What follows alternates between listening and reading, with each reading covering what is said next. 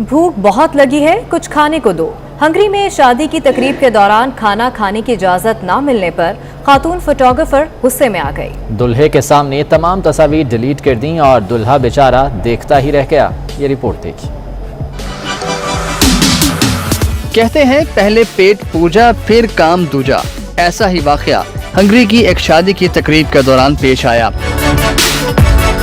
हुआ कुछ यूं कि खातून फोटोग्राफर ने दुल्हे और दुल्हन की तस्वीर बड़े शौक से उतारी, लेकिन जैसे ही 5 बजे तो वो थक गई और उसी वक्त खाना शुरू हो गया। फोटोग्राफर खाना खाने की तैयारी पकड़ती है और उसका दोस्त उसे रोक लेता है और मजीद तस्वीर उतारने का कहता है।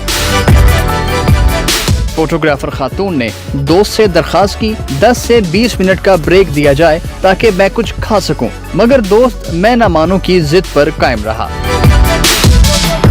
दोस्त ने कहा या तुम तस्वीर ले लो या फिर बगैर पैसे वसूल किए यहाँ से चली जाओ। ये सुनते ही खातून को गुस्सा आ गया। शादी की तकरीब के दौरान उसने तोड़ फोड़ तो नहीं की, अलबत्ता सारी तस्वीर दुल्हे के सामने ही डिलीट कर दी।